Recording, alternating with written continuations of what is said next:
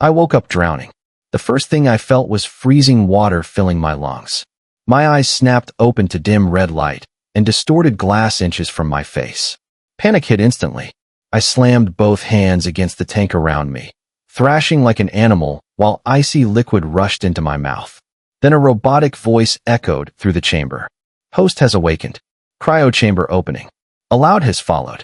The glass split apart and the water drained out beneath me. I collapsed onto the metal floor, coughing violently while my whole body shook from the cold. My teeth chattered so hard it hurt. Then another voice spoke, softer this time, almost like it was whispering directly into my ear. Temperature drop detected. Optimizing backup energy reserves. Heat flooded through me. My skin steamed as warmth spread across my body unnaturally fast. Within seconds, the shaking stopped. I stayed on the floor for a moment, breathing hard, trying to make sense of anything. The last thing I remembered was the fight. I'd won the biggest purse of my career. I was heading home afterward, still half drunk off adrenaline, when some guy rushed me in an alley and buried a knife in my stomach. Probably lost money betting against me. After that, my vision faded. Then came the light. Then the cold. And now I was here. I pushed myself up slowly and looked around. The room looked futuristic. Smooth metal walls, exposed wires, dim crimson lights flashing overhead. Good evening, Master. Did you have a proper rest? I nearly jumped out of my skin. I spun around wildly, covering my ears as if that would somehow help me locate the voice. There was nobody there. Just the room. Is something wrong, Master? Who the hell are you? I asked. I am you. I blinked. What does that even mean? Like a split personality? No. I cannot influence your emotions or thoughts. Therefore, I cannot qualify as a split personality. Think of me as your personal AI assistant. An AI? I asked. So you'll help me with whatever I need? The voice answered. Yes, provided the request falls within my capabilities. I rubbed my face. All right then. Where are we? A faint humming rang inside my head. I am sorry. Under current conditions, I cannot provide an answer. Okay, then how do we get out? The humming returned. Suddenly, blue light rippled outward beneath my feet like a scanning net. It pulsed across the room once, twice, then locked onto a massive metal door in the far corner. Escape route detected. The surrounding wires have been damaged and will not trigger an alarm. Break the door. I stared at it. The thing looked thicker than a bank vault. You want me to break that? The voice replied, yes. I walked closer to the door. And how exactly am I supposed to do that? With your current strength, I'd recommend tearing it off the hinges. Pulling it directly from the wall is also possible, though significantly louder. I stared blankly at the door for a second. So, you expect me to rip it off using my bare hands? Would you rather use your teeth? The voice asked. I stopped. You're joking. The voice said, I am capable of humor. That was somehow more unsettling than comforting. As fun as this is, do you have a name? I asked. A brief pause followed. You may refer to me as Alfred. I repeated, Alfred? That's surprisingly normal. Alfred said, I will take that as a compliment. I shook my head. Fine then. I'm Kai. Noted Kai. As I reached toward the door, I noticed something strange. My arms. Dark markings spread across my skin. For a second I thought they were tattoos. Thin black patterns twisted beneath my flesh like veins made of metal. My stomach tightened. I turned my hands over. Is there a problem, Kai? I kept staring. These tattoos. What are they? A translucent blue screen appeared in front of me. I nearly stumbled back. Name, Kai. Race, Sentinel. Hair, black. Eyes, golden brown. Height, 5 feet 10 inches. Weight, 225 pounds. Gender, male. Sentinel. I muttered. What's that? A hybrid life form, Alfred replied. Part biological, part machine. So basically a cyborg. Good to know.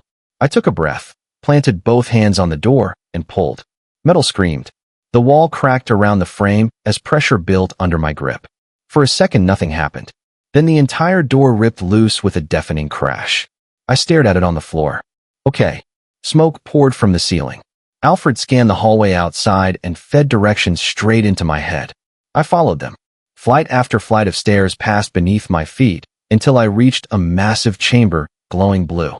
Rows of pods stretched endlessly across the room, just like mine, except the things inside them weren't human.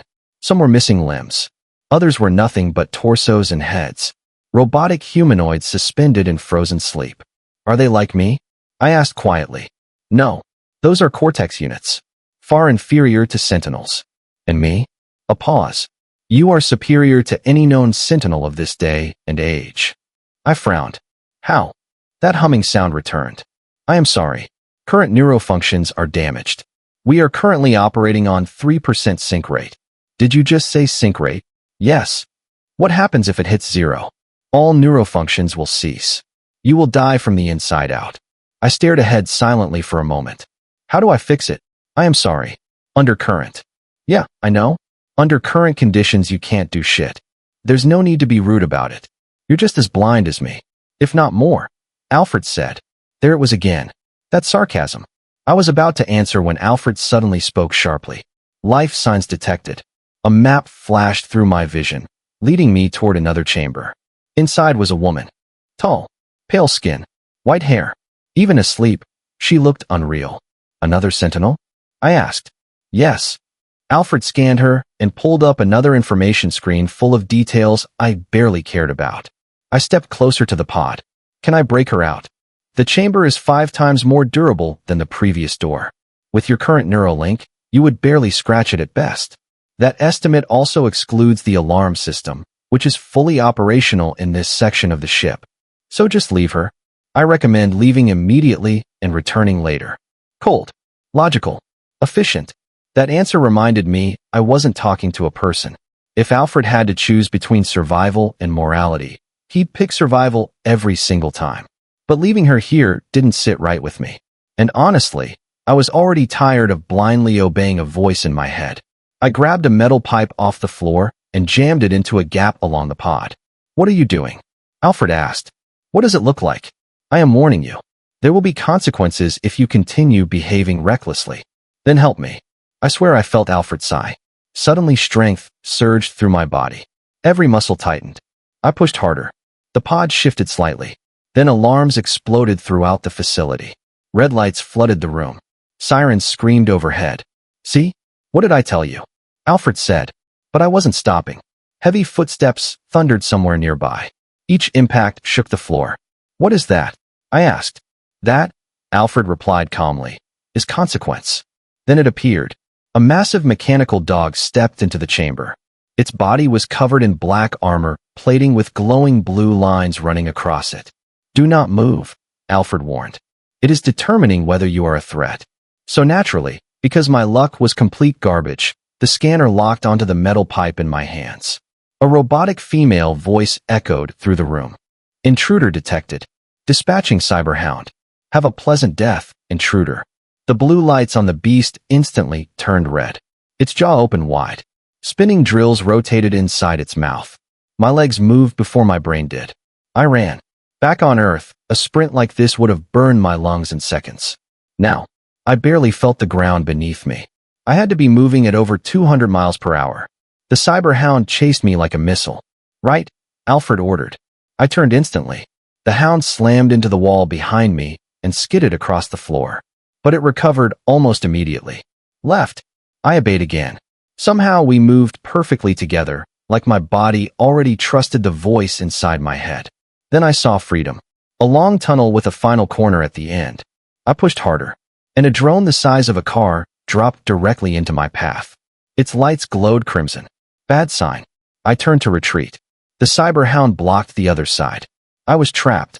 Only one option remained. Fight my way through. Danger detected, Alfred said. Escape route found. Temporarily assuming control. My body went numb. Then it started moving on its own.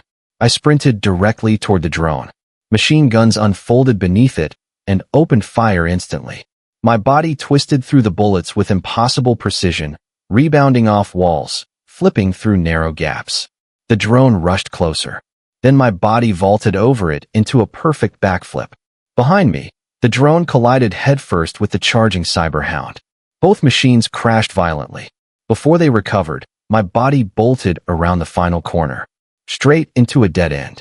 The hound's footsteps thundered closer. Alfred lowered my stance slightly, the metal pipe still clutched in my hand. Then he launched forward. You idiot! I shouted. I braced for impact. Instead, My body smashed through the wall like paper. Cold air hit my face. Grass. Sky. Freedom. Behind me, the cyber hound tried bursting through the opening. Before I could react, my arm whipped backward and launched the metal pipe like a spear. The pipe jammed straight into the hound's drill-filled mouth. The machine staggered violently. Then the hole behind it began repairing itself. The massive structure slowly faded from view until it became invisible against the sky. But not before I caught what it really was. A spaceship. At least, I thought it was. Threat neutralized. Returning host mobility. Control flooded back into my limbs. Every muscle screamed in pain. I collapsed onto the grass and stared upward. That's when I saw it. A dragon soared across the sky. Except it wasn't fully organic. Metal plating covered parts of its body. Glowing circuitry pulsed beneath its scales. I sat up slowly. The grassland stretched endlessly around me, filled with creatures fused with machinery. Rhinos covered in armored plating. Birds with metallic wings. It was beautiful. Terrifying too, but mostly beautiful. Then pain exploded inside my skull. I dropped to my knees, clutching my head, while violent ringing tore through my ears.